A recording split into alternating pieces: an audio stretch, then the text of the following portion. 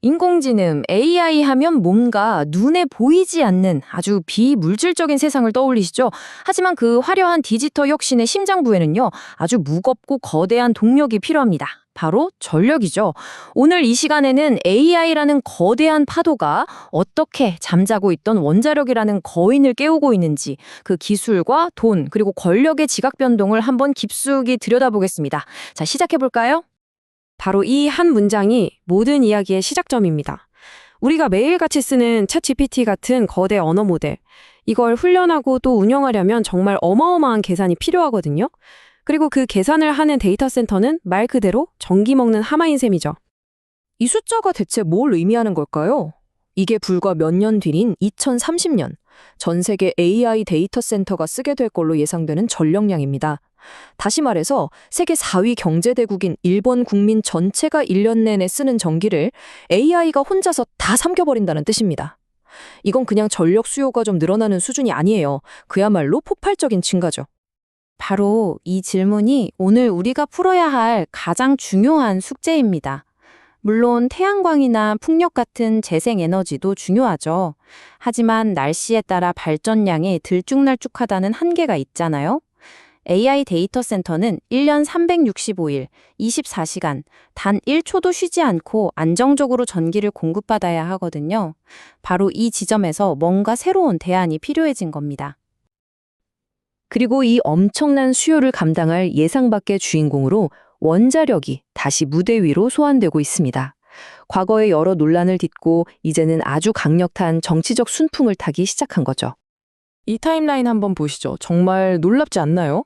불과 몇 달 사이에 미국 정부가 얼마나 빠르고 과감하게 움직였는지 한눈에 보입니다. 원전 용량을 무려 4배로 늘리겠다는 야심찬 목표에 세금 혜택도 연장해주고 무엇보다 가장 큰 걸림돌이었던 허가 기간을 18개월로 파격적으로 줄여버렸습니다. 이건 그냥 정책 몇 개 바꾼 게 아니고요. AI 시대의 패권을 지키기 위해 에너지 안보의 판 자체를 새로 짜겠다는 아주 강력한 신호탄인 셈입니다. 자, 그런데 원자력이라는 단어를 들으면 아마 체르노빌이나 후쿠시마 같은 이미지가 먼저 떠오르실 겁니다. 충분히 그럴 수 있죠. 하지만 지금 이야기하는 원자력은요, 우리가 알던 과거의 그것과는 완전히 다른, 완전히 새로운 세대의 기술이라고 보시면 됩니다. 그 주인공이 바로 SMR, 우리말로는 소형 모듈 원자로입니다. 이름이 좀 어렵게 느껴지시나요? 근데 풀어보면 아주 간단해요. 말 그대로 작고 스몰, 공장에서 레고 블럭처럼 부품을 만들어서 모듈어 원하는 곳에 착착 조립하는 새로운 개념의 원자로, 리액터라는 뜻입니다. 이 표에서 가장 주목해야 할 지점은 바로 안전성입니다. 기존 원전은 사고가 났을 때 전력 공급도 있어야 하고 사람이 직접 개입해야 냉각이 가능한 능동형 시스템이었어요. 반면에 SMR은요, 만약에 전원이 다 끊겨도 중력이나 대류 같은 자연의 힘만으로 알아서 저절로 식는 피동형 안전 시스템을 썼습니다. 그러니까 모든 게 다 실패했을 때조차도 안전하도록 설계된 거죠.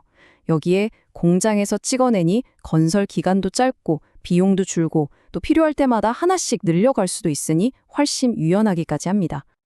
여기서 한 발 더 나아가서 SMR은 아예 물이 아닌 다른 물질을 냉각제로 쓰는 4세대 기술로 진화하고 있습니다. 예를 들어 액체 나트륨을 쓰면 원자로를 높은 압력으로 돌릴 필요가 없어서 훨씬 안전해지고요. 헬륨가스는 전기는 물론이고 산업 공정에 필요한 초고온의 열까지 공급할 수 있습니다. 심지어 핵연료를 액체 소금에 녹여서 원천적으로 멜트다운이라는 사고 자체가 불가능한 원자로까지 개발되고 있습니다. 이건 그야말로 기술의 패러다임이 바뀌고 있는 겁니다. 자, 이렇게 혁신적인 기술이 등장하니까 SMR은 이제 단순히 전기를 만드는 도구를 넘어서고 있습니다. 21세기 기술 패권과 에너지 주도권을 건 새로운 지정학적 경쟁의 무대가 되고 있는 거죠. 이 차트 좀 보세요. 정말 입이 떡 벌어집니다.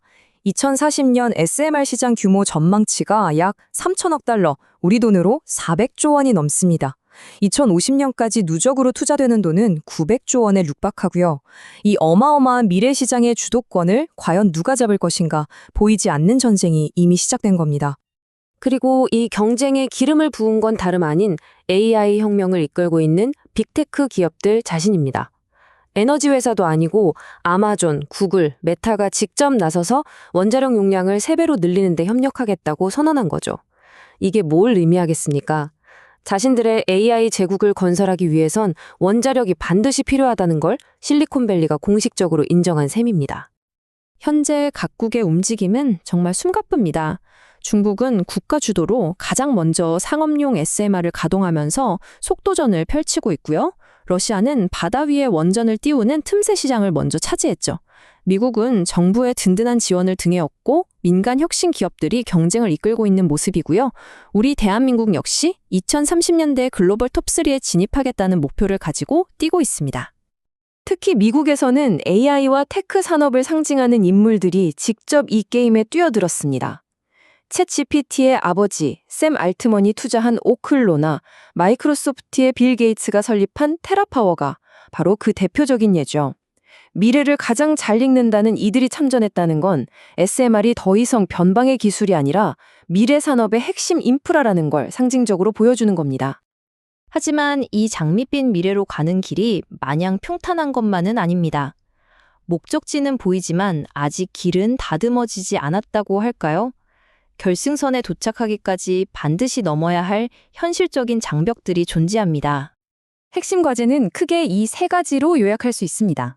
첫째, 20세기에 만들어진 낡은 규제의 틀을 21세기 신기술에 맞게 어떻게 바꿀 것인가.